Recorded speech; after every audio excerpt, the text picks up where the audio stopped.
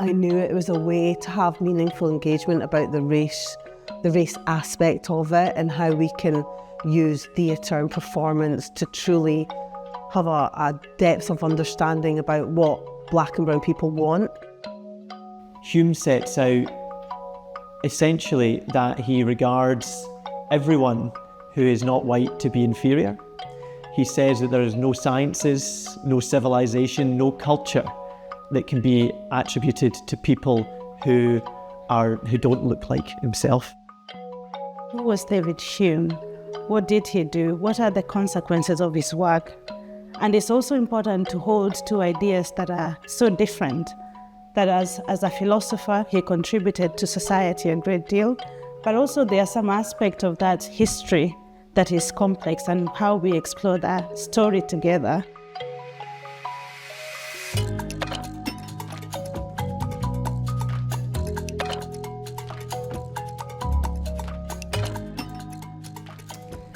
I've been umming and ahhing about how to tell this story. About 5 years ago, I took over something called the David Hume Institute, which is an institution in Edinburgh that's been going for the last 40 years. The founders chose the name because they were honouring David Hume's thinking. It wasn't the first choice of names. They did look at others, but they discussed it around a fire, I'm told, with whiskey, and settled on the name of the David Hume Institute. And then a few years later, I found out that David Hume had said some horrible racist things. And we've been thinking about how we tell that story and what that means for us now as an organisation named after someone that's said horrible things. For us to be able to face to the past requires us to be courageous and brave, and to ask ourselves of questions that perhaps confront our belief systems of who we think we are, because this question also is a question that questions our morality. It questions our identity as a country and who we are, but also it asks us a question about who we can become by asking these questions and being curious.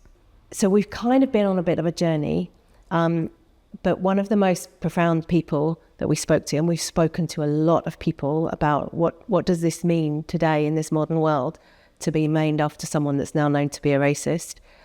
And one of the people we spoke to was Sir Geoff Palmer, and he said to me, use Hume's theory on himself. One of the major parts of Hume's philosophy at this time was trying to establish that we don't take our ideas from God. We also don't take them from sitting in a darkened room, but we actually form them through our day-to-day experiences. And we want to ask, what were the experiences that he was having living around about Edinburgh? That's why we're in this room today, the very place where he lived when he wrote that infamous footnote. So we looked at what was going on in the world and what was going on in Edinburgh at the time that might have been influencing Hume's thinking. And it turned out that Edinburgh at that time was a really different place. So, Hume was in the 1700s. When he was thinking about race and what he wrote, there was witchcraft. Women were still being charged with witchcraft and killed. The heart of Midlothian that everyone walks past as part of their tourist trails, that's to mark the fact that someone was pulled apart there in the street after a riot. It wasn't a particularly nice place. It was one of the most dirtiest and overcrowded cities in Europe. About 5 or 6 years ago, I found this book. It was going to be potentially going into a skip, because it looks in some state. But actually, whenever I got into it, I realised it's actually the complete acts of the old Scots Parliament from just before when Hume was born. This starts to show the times that Hume was born into. It was a violent time. It was a time of huge conflict, and it's interesting when you start to delve into it, because just taken for one bit here on blasphemy, it sets out here that being found guilty you'll be punished with death. For his views on religion, Hume was actually an incredibly controversial figure in his day as well, especially in a society that had been through so much religious fervour and turmoil over the preceding centuries. And all the way to the moment that he died, there was huge interest across all of Europe about how he would meet his own death.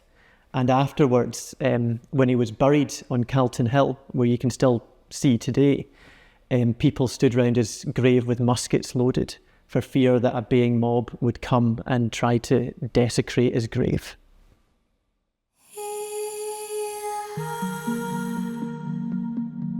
The footnote was written as an update to an earlier essay on national characteristics.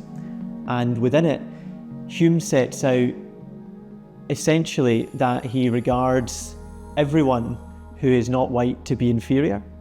He says that there is no sciences, no civilization, no culture that can be attributed to people who don't look like himself.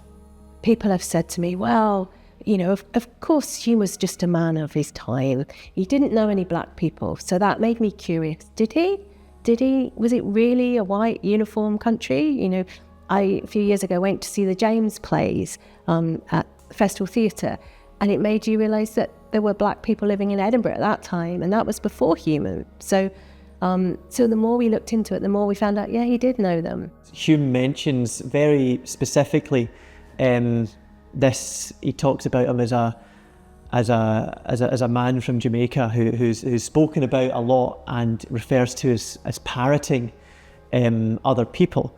So scholars have managed to determine that this is actually Francis Williams. He was an Enlightenment figure who was from Jamaica, who'd come over to England and had been rejected from the Royal Society, in their own words, on account of the complexion of his skin. And a number of years later, whilst Hume was still alive, in fact, after Hume had written this footnote, Francis Williams actually managed to confirm the return of Halley's Comet.